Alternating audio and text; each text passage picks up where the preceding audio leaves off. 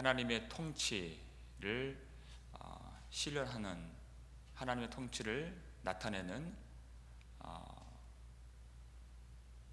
제사장과 왕에 대한 말씀이 있었습니다. 이제 선지자에 대한 말씀으로 넘어가게 되는데, 선지자는 하나님의 말씀을 받아서 하나님의 말씀을 대언하는 그런 사람이죠. 그런데 가나안 땅에도 자신들의 신의 말을 전하는 사람들이 있다는 것입니다.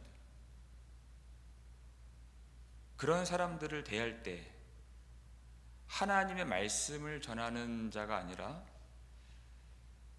우상의 거짓된 신의 말을 전하는 그런 사람들을 만날 때 어떻게 해야 되는가라는 말씀을 오늘 본문이 우리에게 전해주고 있습니다. 우리 9절 말씀을 함께 읽겠습니다.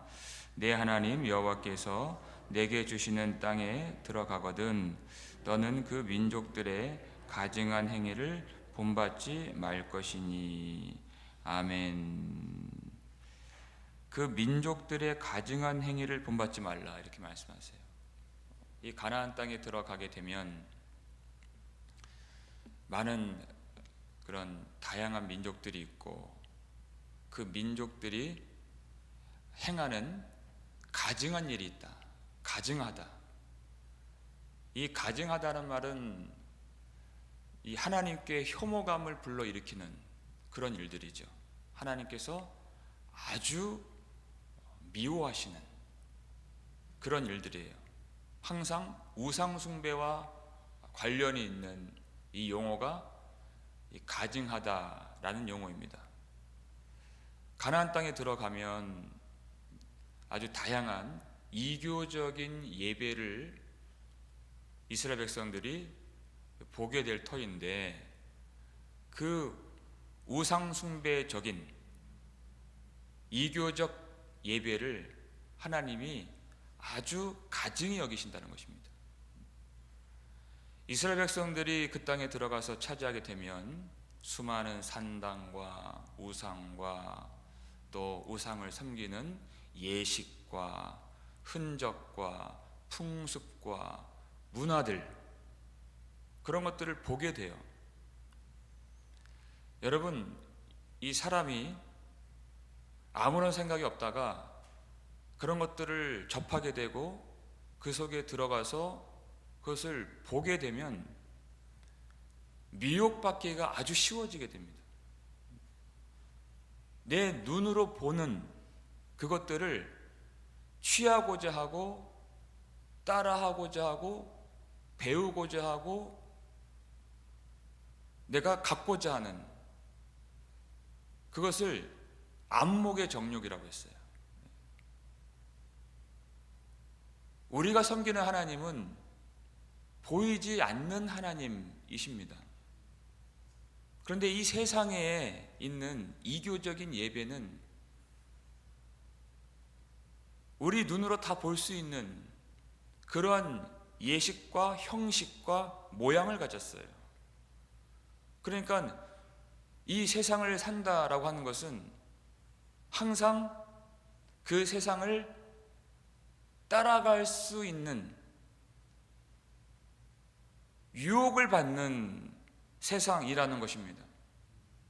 이 세상에 있는 그 가증한 일들, 하나님을 떠나게 만들고 하나님을 버리게 만드는 것들이 너무나도 많이 있는 세상이에요. 근데 많은 신자들이 이러한 사실조차도 인식하지 못할 때가 많이 있어요. 아무런 생각이 없이, 아무런 경각심이 없이, 겉으로는 평안해 보이지만 그 안에 들어가면 너무나도 맹렬한 영적 전쟁이 벌어지는 곳이 지금 우리가 발붙이고 살아가는 세상인 것입니다. 이 세상에서 미혹받지 말고, 세상을 본받지 말고 오직 하나님만 섬기라는 것입니다.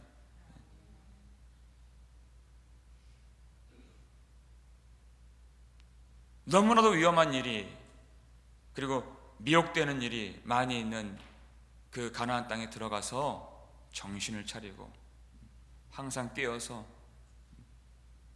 천지를 만드시고 이 백성들을 애굽에서 구원해 내신, 그리고 영원한 약속의 땅을 그들에게 내려주실 하나님만을 사랑하라, 그 말씀이에요.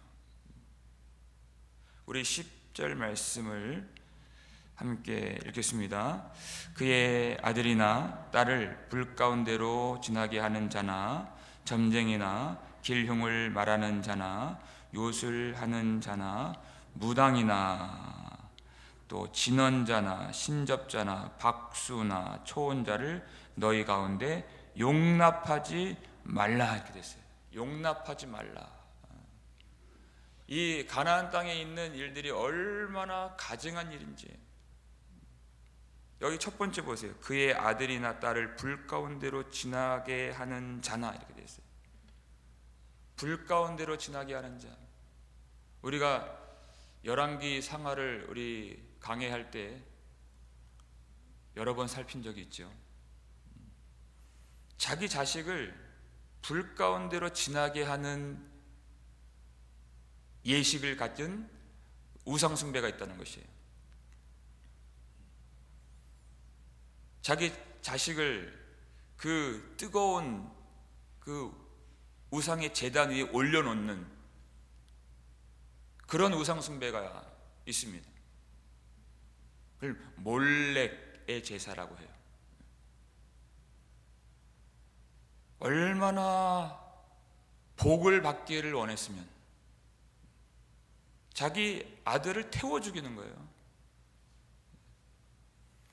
문제는 그 몰렉이라고 하는 신은 거짓된 신이죠. 있지도 않은 신이에요. 있지도 않은 신이고, 그리고 받을 수도 없는 복이에요.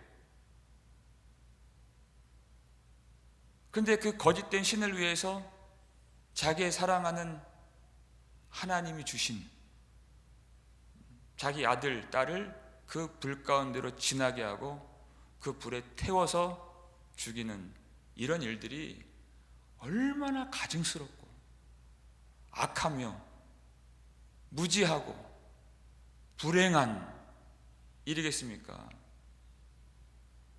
여러분, 내가 복을 받으려고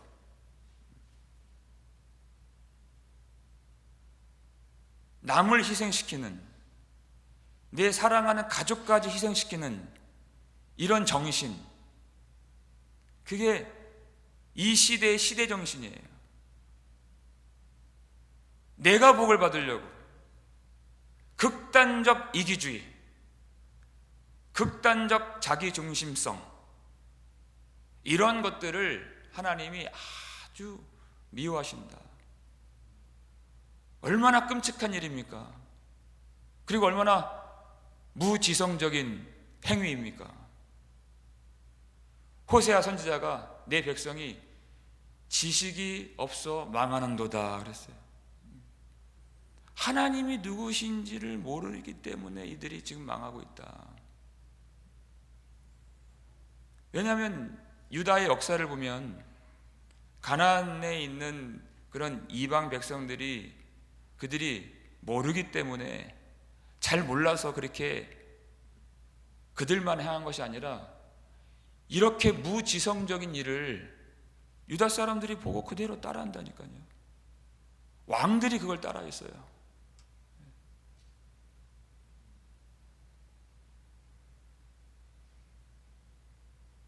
하나님을 가장 사랑해야 하는, 하나님을 가장 잘 섬겨야 하는, 그래서 하나님이 세워주신 그 왕들이 그와 같이 끔찍한 일을 행했다는 것입니다. 하나님을 모르는 것이 죄입니다, 여러분. 하나님을 모르기 때문에 악을 행할 수밖에 없는 것이에요. 내 백성이 지식이 없으므로 망하는도다 그랬어요. 그리고 하나님께 나아가지 않으니까 엉뚱한 길로만 나아가는 거예요. 누구를 찾아요? 신접한 자를 찾고, 무당을 찾고, 박수를 찾고. 왜 무당을 찾습니까? 왜 신접한 자를 찾아요? 인생이라고 하는 것이 내 마음 같지가 않습니다. 내가 통제할 수가 없어요, 이 인생을. 어떻게 할 수가 없는 거예요. 너무나도 불안하고 두렵고 견딜 수 없을 만큼. 미래를 알 수가 없기 때문에 점 보러 다니잖아요. 내 운수가, 내 인생이 앞으로 어떻게 될 것인지 알려고 점을 보러 다니는 거예요. 근데 이거는 단지 미래를 알 수 없기 때문만이 아니라 하나님을 모르기 때문에 그렇게 하는 것이다라는 것이에요. 내 인생을 하나님께 온전히 맡기지 못한 그 인생이 얼마나 무지하며 얼마나 처연하기가 그지없는가. 하나님을 믿지 않기 때문에 그래요. 블레셋과 전쟁이 일어나는데 사울 왕이 도무지 감당이 안 되는 전쟁이에요. 여기서 끝나겠구나 이런 생각이 들었어요. 그가 하나님을 찾아요. 근데 하나님이 아무런 말씀을 안 주시는 거예요. 아무런 말씀을 안 주세요. 왜 그런가? 우리는 하나님께 나아가고 하나님을 찾으면 하나님이 응답해 주신다고 알고 있는데 하나님이 아무런 말씀을 안 주세요. 사울의 인생을 보면 그 답을 알 수 있어요. 이제까지 하나님이 그렇게 말씀을 해주셔도 들은 척도 하지 않았어요. 너무나도 말씀을 무시했어요. 그냥 말씀 없이도 인생 사는데 별로 문제가 없는 것 같아요. 말씀을 받아도 그냥 자기 마음대로 해요. 자기 뜻이 우선이에요. 하나님 말씀 받아도 자기가 그냥 합리화를 해버렸어요. 사울은 언제나. 그리고 이제 전쟁이 벌어지고 정말 이 죽음의 위협이 닥쳐오니까 이제서야 말씀을 구하는데 하나님 말씀 안 주시죠. 꿈으로도 안 주시고 우림으로도 안 주시고 선지자로도 안 주시고 사무엘도 죽었어요. 정말 말씀이 필요할 때. 근데 사울의 인생을 보니까 여러분 다윗을 도와줬다고 놉 땅에 있는 하나님의 기름 부음 받은 제사장 85명을 사울이 죽였습니다. 그런 일을 할 수가 있습니까? 얼마나 하나님을 무시했으면. 제사장을 한 번에 다 죽였어요. 놉 땅에 있는.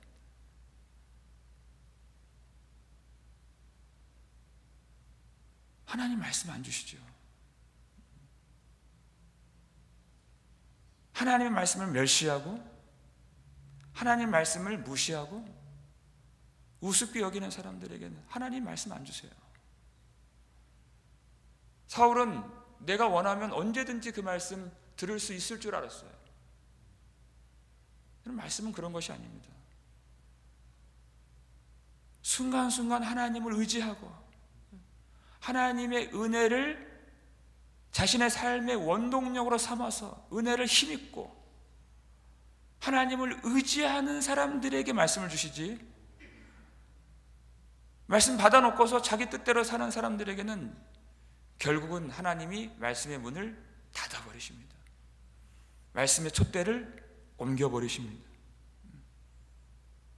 그래서 하나님이 다윗에게 옮기시잖아요. 하나님 그 뿌린 대로 거둔다고 하셨어요. 그러니까 사울이 어디로 가요? 도무지 말씀을 얻을 수가 없으니까 신접한 여인,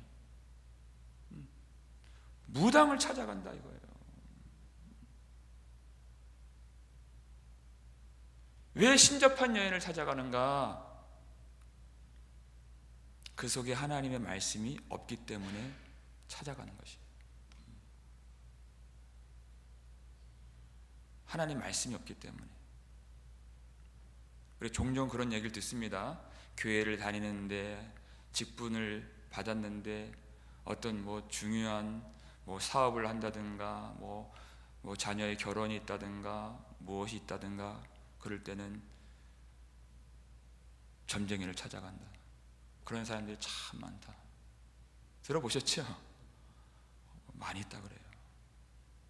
왜 그래요? 말씀이 없기 때문에. 말씀이, 기름 부으심이 없기 때문에. 그러니까 교회만 왔다 갔다 하고 직분 받고, 여러분 그것보다 중요한 게 뭐냐면 그 안에 말씀이 들어가야 된다는 것이에요. 당연히 그건 말할 가치도 없이 나쁜 일이지만, 제가 지금 말씀드리고자 하는 것은 뭐냐면, 교회가 하나님이 누구신지를 가르치지 않고 복음이 무엇인지를 말하지 않고 성도들이 그것을 알려고 하지 않고 그냥 무지성적으로 하나님이 그냥 복을 주십니다, 이것만 듣기를 원하고 이것만 전하는 그 교회가 무당집과 무엇이 다르냐라는 것이에요. 전혀 다를 것이 없다. 하나님을 이용해서 그냥 사람이 하고 싶은, 사람이 듣고 싶은 그 말만 하는 것, 그것이 무당과 다를 것이 전혀 없는 것이에요. 선지자는 하나님의 말씀이 임하여서 그 말씀을 대언하는 것입니다. 사람들이 듣고 싶다고 해서 그 말을 전하는 것이 아니에요. 교회는 하나님의 진리의 기둥과 터라 그랬어요. 하나님의 말씀이 없는데 교회라고 할 수가 없는 것입니다. 사람들이 좋아한다고 해서 그냥 복을 주십니다. 점집 가면 다 복 준다 그러죠. 복채를 받으니까. 그게 무당집과 전혀 다른 것이 없다. 하나님의 말씀에 집중을 하고 하나님의 말씀의 통치를 받아야 거기가 하나님의 나라가 되는 것입니다. 그게 교회죠. 박수라고 하는 것은 마술사, 요술사들을 말하는 것이에요. 하나님의 말씀에서 멀어지면 그런 신비주의로 가게 돼요. 교회는 이게 옛날의 일들이 아니에요. 지금 벌어지고 있는 일들이라는 것입니다. 출애굽기를 보니까 모세가 지팡이를 던지니까 뱀이 돼요. 근데 애굽의 술사들이 그걸 그대로 따라해요. 능력이 있어요. 그 정도는. 나일강을 치니까 개구리가 참거래요. 근데 마술사들도 개구리가 막 나오게 그렇게 한다니까요. 아무 의미가 없어요. 그걸 없애질 못해요. 오히려 재앙을 일으키는 일만 하는 거죠. 혼란만 일으키는 일을 하는 거죠. 근데 교회가 그걸 따라간다니까요. 환상, 신적, 예언 이런 것들을 통해서 하나님의 말씀이 중심이 아니에요. 그저 자신의 논리를 합리화하고 사람들을 호도하고 잘못된 길로 더 혼란을 야기시키는 그런 신비주의적인 기독교가 돼버린 지 아주 오래됐습니다.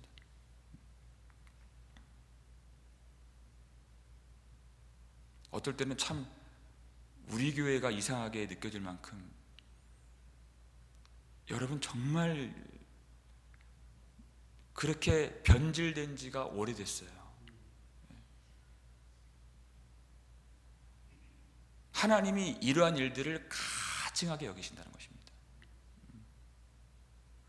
다 쫓아내시겠다 그랬어요. 12절 보니까 그들을 내 앞에서 쫓아내시느니라 그랬어요. 여러분 이 약속의 땅이라고 하는 것은 오직 하나님의 말씀으로 통치를 받는, 하나님과 관계를 맺고 하나님을 사랑하고 하나님의 말씀을 받고 그 말씀대로 순종하는 그런 백성들이 차지할 수 있는 땅이 약속의 땅인 것입니다. 하나님 나라인 것이에요. 하나님께 나아가는 방법도 이와 같이 가증한 방법, 세상적인 수단이 아니라 하나님이 주신 길, 하나님이 지정하신 그 방법, 그 길로만 나아갈 수 있다는 것이에요. 그래서 13절에 우리 함께 읽겠습니다. 너는 내 하나님 여호와 앞에서 완전하라. 아멘. 하나님 앞에서 완전하라 이렇게 얘기했어요. 완전하라. 여러분, 이 말씀은 우리가 도덕적으로 어떤 이 거룩의 측면에서 완전하라 그런 이야기는 아닙니다. 완전하신 하나님을 결코 떠나지 말라. 모든 길에서, 모든 행위에서 하나님을 떠나지 말라는 것이, 하나님이 주신 길에서 우로나 좌로나 치우치지 말라. 하나님의 길이 있어요. 그건 세상의 가증한 길과는 전혀 다른 것이에요. 하나님을 섬기는 방법이 있고 하나님을 만날 수 있는 길이 있다는 것이에요. 그 길로 온전히 나아가라는, 온전히 나아가라. 하나님 앞에서 완전하라. 하나님과 관계를 맺고 하나님과 교제하고 하나님을 알고 하나님을 알기를 힘쓰고 세상을 본받으려고 하지 말고 하나님 알기를 힘쓰라. 제가 어저께 어떤 집사님하고 우연히 얘기를 하는데 그 집사님이, 저 목사님 이제는 유튜브 다 끊었어요. 그 시간에 말씀을 암송해요. 거기에 온통 세상의 것들이 다 들어있기 때문에 나도 모르게 조금씩 거기 깊이 들어가게 되고 중독되는 것을 알기 때문에 싸우는 거예요. 주님의 길 걸으려고. 그냥 일주일에 한 번 예배 나와서 끝나는 것이 아니라 끊임없이 주님을 묵상하고 주님을 의지하고 주님 바라보려고. 그 말씀을 듣는데 너무나도 감사한 마음이 들었어요. 하나님 앞에서 어떻게 살아야 되는가?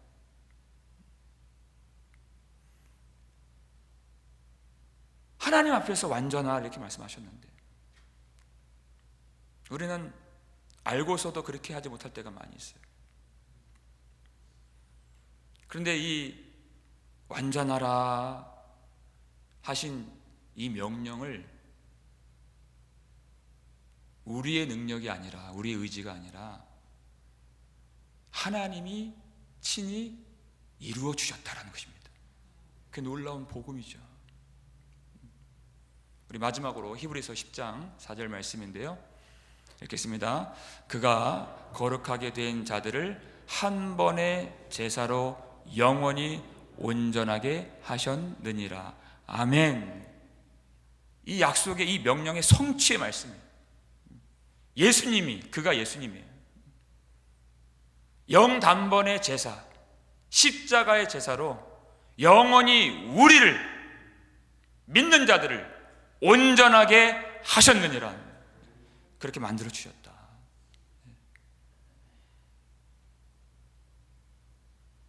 하나님 앞에서 의롭다 하심을 받고,